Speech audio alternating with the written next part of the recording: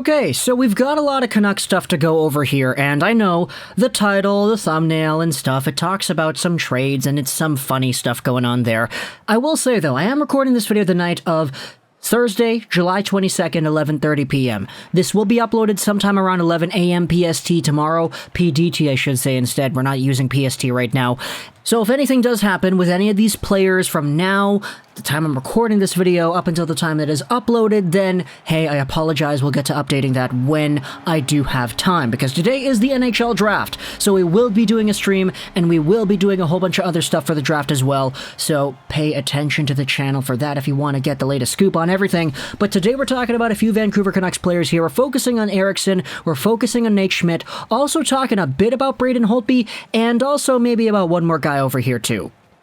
Let's start out with the one guy here, Frank Seravalli, in a recent article on dailyfaceoff.com. By the way, Frank Seravalli, his Wikipedia page was updated the other day into saying that he is the guy who is famous for spoiling the Seattle Kraken Expansion Draft, which is not really wrong, you know? I mean, the edit was deleted on Wikipedia immediately after, but yeah. Frank Seravalli, he is the Waj of the NHL community right now, but he posted an article the other day on Daily Faceoff talking about how the Vancouver Canucks are likely to buy out, guess who, Jake Virtanen, right before the buyout window closes on July 27. So we will likely see a Virtanen buyout here, and with the way things have gone the past few weeks, with the investigations, even the past few years with the way this guy has played on the ice, I'm not gonna say that I'm surprised. Let's go over to some other things, though, talk about a few other stories in Vancouver Canuck land here. Braden Holtby. Apparently the Vancouver Canucks are receiving calls on Holtby, and furthermore, it appears, via Rick Dhaliwal, that the Canucks are going to try their best to move Holtby at the draft later today.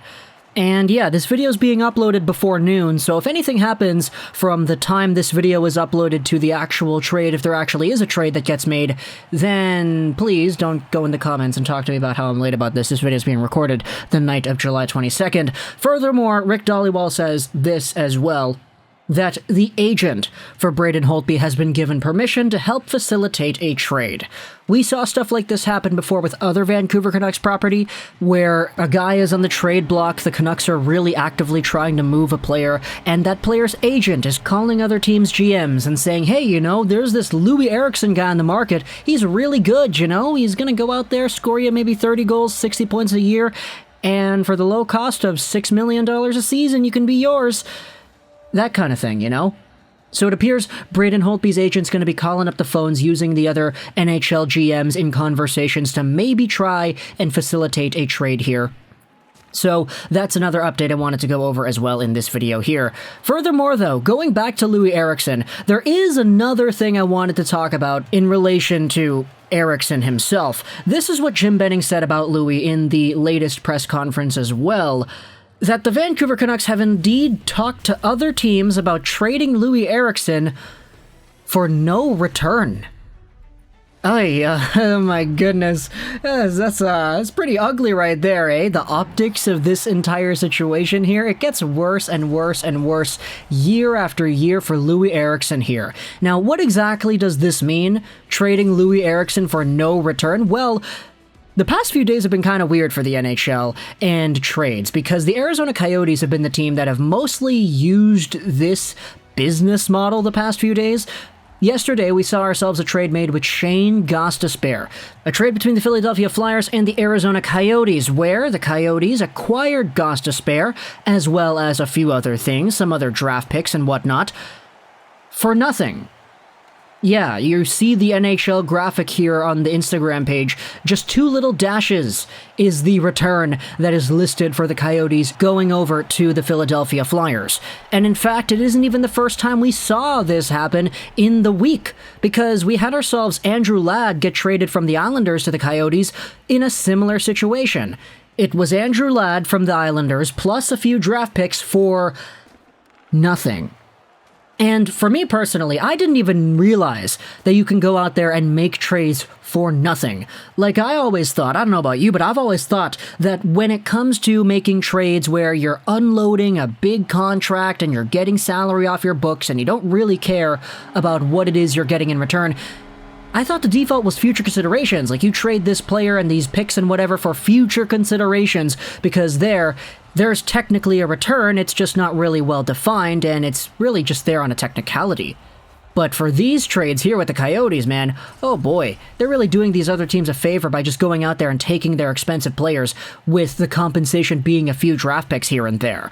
So for Jim Benning to come out here and admit to the media, yeah, we've thought about trading Eriksson for nothing as well. That's just absolutely hilarious, dude. Like, I don't know about you, but this Eriksson situation, like, I cannot be mad at it anymore. I'm just mostly just laughing along with everybody else around the NHL with the Loui Eriksson contract and whatnot, because this guy, as we noted, 30-goal guy, 60-point guy, back in Boston before he was a Vancouver Canuck. Then he signs in Vancouver. It's 6x6, and, you know, if the Vancouver Canucks didn't give him 6x6, it would have been some other team, so there's your discretion right there.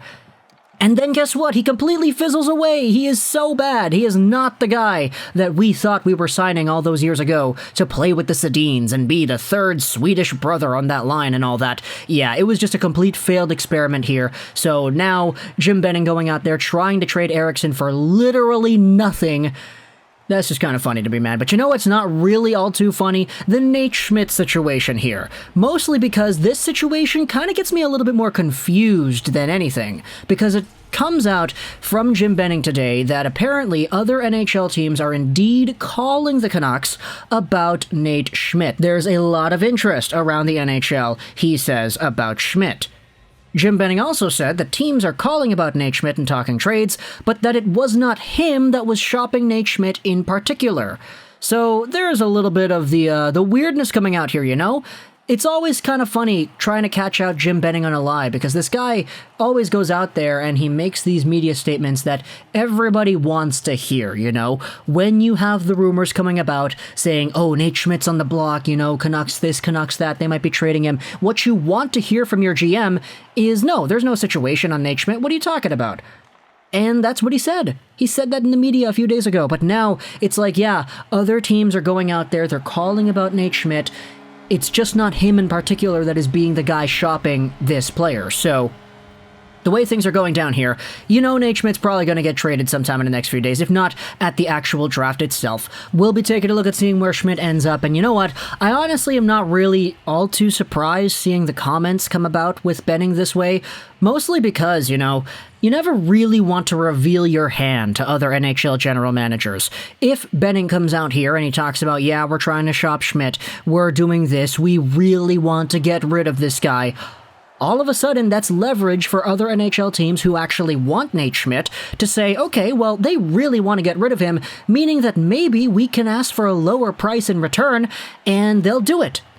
Once Benning says, no, we're not shopping Nate Schmidt, and once Benning says, yeah, there are a lot of teams out there in the NHL that really want to get this Nate Schmidt guy from our team, all of a sudden, NHL teams that are thinking about getting Nate Schmidt are thinking, man, okay, so they don't want to trade him. Other teams are going in there, really getting involved in these conversations. Darn, we have to go out there and increase our price.